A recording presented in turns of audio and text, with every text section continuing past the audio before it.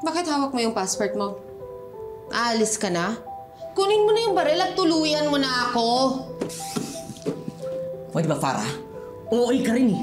Ikaw rin naman yung kasalanan kung bakit nagkakabadtripan dito eh.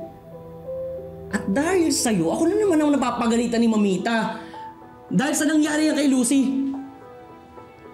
Oy! Sandali! Hindi pa tayo tapos! Wow!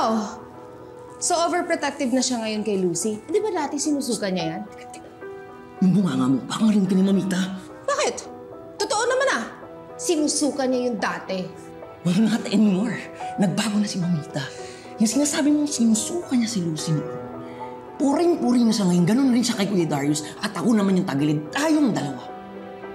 Kaya kung ako sa'yo, magbago na tayong dalawa.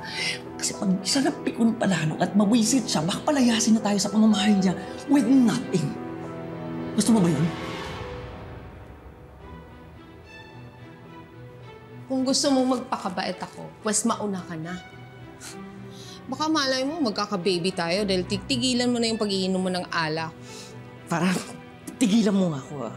Alam naman natin dalawa, ikaw may diferensya rito. Sino ulo ka ba? Kaya hindi ako nabubuntis dahil sa mga kasalanan mo, dahil sa mga ginagawa mo, kaya ako nasi-stress. Para, pwede ba tama na? Sa ibang araw na lang natin pag-usapan to. Pero ngayon, ayusin mo na lang muna yung gusot mo kay Lucy para hindi na mabudget kung may kay Mamita.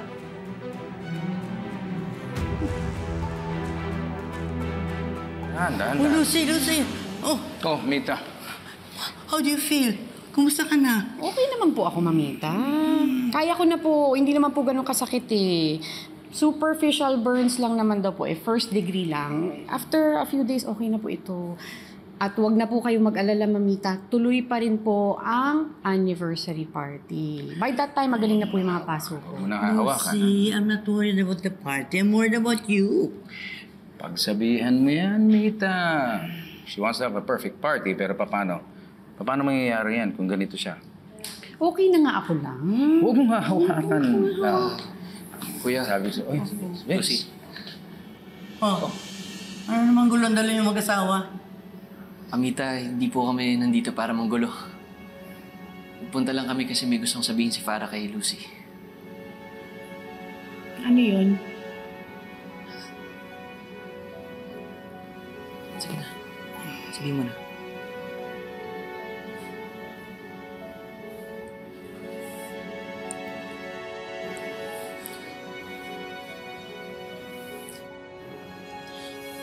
Lucy, I'm sorry. Hindi ko talaga sinasadya. Sorry talaga.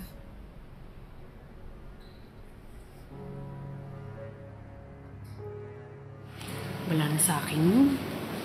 Kalimutan na natin.